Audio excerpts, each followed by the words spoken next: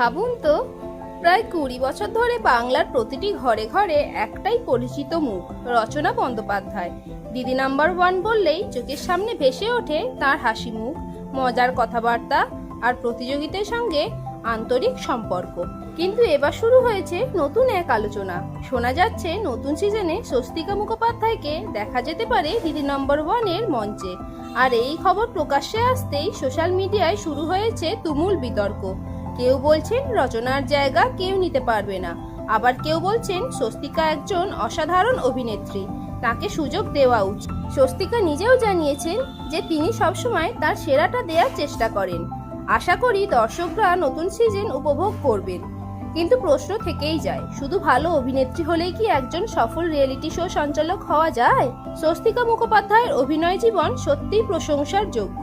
1980 সালে 13ই ডিসেম্বর কলকাতায় জন্ম তাঁর। অভিনেতা সন্তু মুখোপাধ্যায়ের কন্যা স্বস্তিকা ছোটবেলা থেকেই শিল্প সংস্কৃতির পরিবেশে বড় হয়েছেন। পড়াশোনা করেছেন যাদবপুর বিশ্ববিদ্যালয়ে। টেলিভিশনের দেবদাসী ধারাবাহিক দিয়ে অভিনয় শুরু করলেও বড় পর্দায় তার আত্মপ্রকাশ হেমন্তের পাখি ছবির মাধ্যমে। এরপর মস্তান সিনেমায় প্রথম নায়িকা হিসেবে দর্শকের নজর কাড়েন। একের পর এক জনপ্রিয় ছবিতে অভিনয় করে নিজের আলাদা পরিচয় তৈরি করেন, যেমন ক্রান্তি, পার্টনার, কৃষ্ণকান্তের উইল, ব্রেকফেল, ভূতের ভবিষ্যৎ, মিশর রহস্য, জাতিস্বর, টেক 1, কিরিটি রায়, দাসের ঘর। প্রতিটি ছবিতেই তার অভিনয় দর্শকদের প্রশংসা কুড়িয়েছে।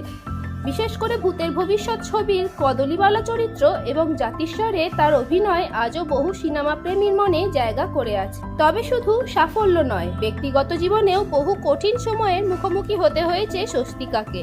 অল্প বয়সে বিয়ে, দাম্পত্য জীবনে টানাপোড়েন, বিচ্ছেদ এবং নানা বিতর্ক, সবকিছুর মধ্যে দিয়েও তিনি নিজের অভিনয় জীবন থামতে দেননি।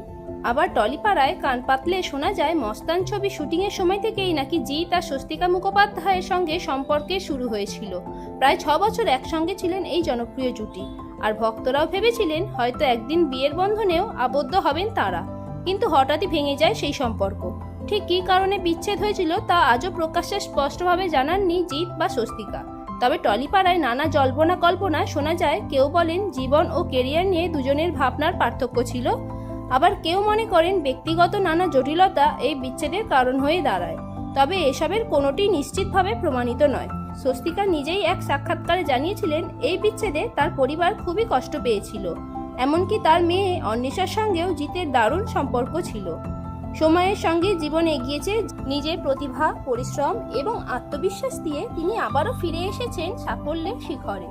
হয়তো সেই কারণেই অনেকেই মনে করেন একজন শক্তিশালী, আত্মবিশ্বাসী এবং স্পষ্টভাষী নারী হিসাবে স্বস্তিকা দিদি নাম্বার 1 এর মতো মঞ্চেও নতুন মাত্রা যোগ করতে পারেন।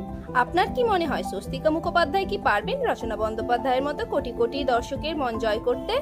আর একটি প্রশ্ন, স্বস্তিকা মুখোপাধ্যায় অভিনীত কোন সিনেমাটি আপনার সবচেয়ে বেশি ভালো লাগে? ভূতের ভবিষ্যৎ, জাতিস্বর, মিশর রহস্য, ক্রান্তি, পার্টনার, নাকি অন্য কোনো ছবি? কমেন্টে অবশ্যই আপনার প্রিয় স্বস্তিকা মুখোপাধ্যায়ের সিনেমার নাম লিখুন। আপনার কি মনে হয়, যদি স্বস্তিকা ও জিতের সম্পর্কটা ভেঙে না যেত, তাহলে কি তারা টলিউডের সবচেয়ে জনপ্রিয় দম্পতি হতে পারতেন? আপনার মতামত কমেন্টে অবশ্যই জানান।